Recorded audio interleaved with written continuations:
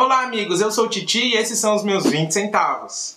E o capítulo de hoje é o seguinte: se Deus existe, por que existe tanto sofrimento? Se Deus existe, por que Ele permite que as pessoas sofram? Por que tem tanta doença? Por que tem tantas catástrofes naturais? Por que tem tanta injustiça? Eu já cansei de ouvir casos de pessoas que se afastaram de Deus por causa disso. E quer saber? Essa é uma das questões mais legítimas que podem existir. E eu aqui na minha mínima pequenez não vou me atrever a responder isso para vocês de uma forma completa. Ia ser presunção demais da minha parte. Mas o que eu posso tentar mostrar para você é alguns indícios bíblicos que nos explicam por que certas coisas acontecem. Eu vou começar com o maior exemplo que pode existir, Jesus falando. Olha o que ele diz lá em João 14, versículo 30, se liga. Já não falarei muito convosco, porque se aproxima o príncipe deste mundo, e ele nada tem em mim. Aqui Jesus estava falando para os discípulos que existe um príncipe nesse mundo. E esse príncipe nada tem a ver com Jesus. Então você já começa a imaginar. Quem poderia existir que não tem nada a ver com Jesus? É claro que só pode ser o inimigo de Deus. Mas aí você pode me dizer que depois que Jesus morreu, o mundo voltou a ser de Jesus, certo? Errado. Olha o que Paulo escreveu para os Coríntios na segunda carta aos Coríntios, capítulo 4, versículo 4. Note, depois Jesus morreu, depois que ele já tinha voltado para o céu, nos quais o Deus desse mundo cegou os entendimentos dos incrédulos, para que não lhes resplandeça a luz do Evangelho da glória de Cristo, que é a imagem de Deus. Paulo está dizendo aqui que esse mundo ele tem um Deus diferente, ele tem um governador diferente. Igual Jesus falou que ele tinha um príncipe, que não tinha nada a ver com ele. E olha o que João diz de novo em 1 João 5, versículo 19. Sabemos que nós somos de Deus e que todo mundo pertence ao maligno. Pois é, senhores, eu tenho uma boa e uma má notícia para vocês. A boa notícia é que esse mundo, pela criação, no papel passado, ele pertence a Deus. Mas, porém, todavia, contudo, entretanto, quando Adão e Eva se permitiram não fazer a vontade de Deus, eles entregaram esse mundo para um outro governante. Satanás, a serpente que apareceu para eles lá. E desde então, e essa é a minha má notícia, esse mundo foi sequestrado pelo inimigo de Deus. O comando desse mundo pertence a ele. E ele até deixou isso bem claro na própria Bíblia. Vamos ler? A gente vai ler um trecho da história da tentação de Jesus. Capítulo 4 de Mateus, nos versos 8 e 9.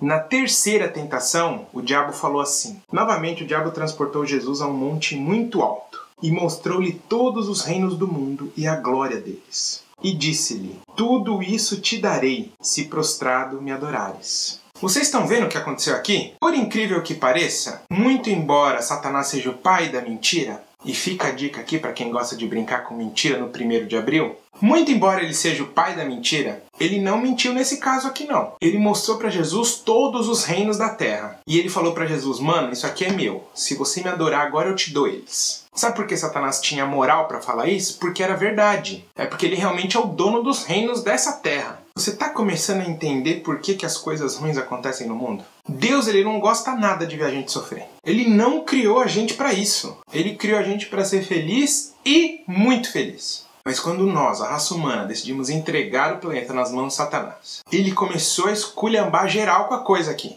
Trouxe miséria, trouxe doença, trouxe injustiça. E muita gente acaba sofrendo com isso. Inclusive eu e você. Mas quem mais sofre com isso nunca vai ter a oportunidade de sequer ver esse vídeo que eu tô fazendo aqui. Porque vocês sabem como o nosso mundo funciona. Ah, Thiago, mas então você quer dizer que Deus largou a coisa aqui para Satanás esculachar do jeito que ele quiser e a gente tá perdido e não tem mais nada que possa ser feito? Não, não é isso que eu disse. Na Bíblia a gente vê vários exemplos de Deus intervindo na situação do seu povo.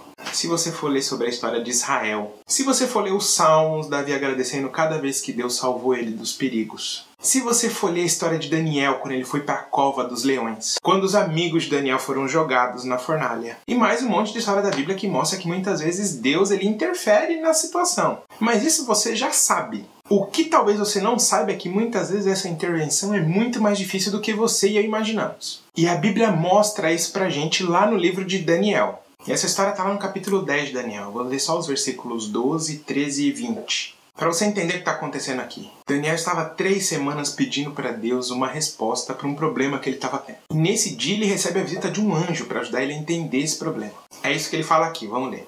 Aí ele disse: não fique com medo, Daniel, pois Deus ouviu a sua oração desde a primeira vez que você abriu o coração na presença dele, a fim de ganhar sabedoria. Eu vim em resposta à sua oração. O anjo protetor do reino da Pérsia lutou contra mim durante 21 dias. Mas Miguel, um dos anjos-chefes, veio me ajudar, pois eu estava lutando sozinho contra os reis da Pérsia. Olha o 20. E ele disse: você sabe por que eu vim falar com você, não sabe? Foi para dizer-lhe o que está escrito no livro da verdade. Mas agora eu preciso voltar para lutar contra o anjo protetor da Pérsia. E quando a luta acabar, virá ainda o anjo protetor da Grécia. A gente vê aqui muito claramente que não somente o inimigo de Deus, ele é o príncipe desse mundo, ele é o sequestrador desse mundo que a gente vive, como também existem príncipes nomeados pelo príncipe maior, que tomam conta dos grandes reinos dessa terra. E que mesmo Deus enviando o seu anjo para ajudar Daniel a entender o problema, o anjo demorou 3 semanas para conseguir chegar até Daniel. Porque o príncipe do reino da Pérsia, que era onde Daniel morava, resistiu ao anjo durante 3 semanas. Sem contar o fato que depois o anjo teve que voltar para lutar com os príncipes da Pérsia e depois com o príncipe da Grécia, que estava vindo logo a seguir. Eu não acho que a gente vai conseguir entender de uma forma clara como funciona essa questão da guerra entre o bem e o mal. Mas só nesses versinhos que eu li, eu consegui entender, e eu espero que vocês tenham conseguido entender também que o bicho pega nessa guerra aí. As forças do bem, as forças do mal, estão batalhando pelo nosso bem-estar. Estão batalhando pela gente. E se você acha que isso vai melhorar, não vai melhorar não. Olha o que está escrito lá no livro do Apocalipse, no capítulo 7. A gente vai ler dos versos 1 ao 3. Depois disso, vi nos 4 cantos do mundo 4 anjos em pé. Eles estavam segurando os 4 ventos da terra, a fim de que nenhum vento soprasse sobre ela, nem sobre o mar, nem sobre nenhuma árvore. Então vi outro anjo que subiu do lado leste, e que tinha na mão o sinete do Deus vivo. Ele gritou com voz bem forte para os 4 anjos que tinham recebido o poder de fazer estragos na terra e no mar. O anjo disse: não façam estragos na terra, nem no mar, nem nas árvores, até que marquemos com o sinete a testa dos servos do nosso Deus. A verdade é uma só, amigo. A situação desse mundo podia estar bem pior do que está agora. Porque o inimigo de Deus não está a fim de aliviar para o nosso lado, não. Se dependesse dele, já tinha todo mundo morrido. Já tinha acabado tudo, já estava tudo certo. Que é disso que ele gosta. Mas a Bíblia ensina pra gente que mesmo nessa situação de catástrofe, Deus está segurando os ventos da terra, para que eles não soprem sobre ela com a força que eles têm para soprar. Mas depois que o povo de Deus recebeu o selo dele, esses ventos vão ser soltos, eles vão cair sobre a terra. Mas isso é assunto para um outro capítulo. Pois é, da mesma maneira que você fica muito chateado com tudo que acontece de errado nesse mundo, eu também fico.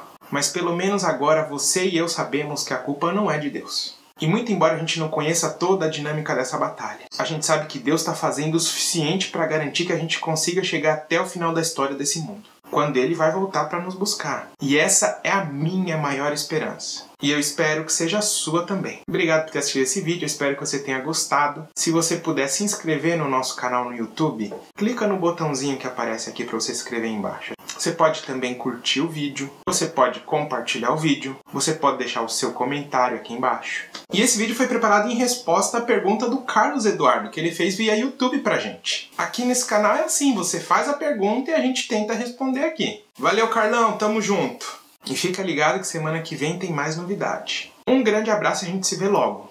Ó, tudo de bom. Falou. Uau!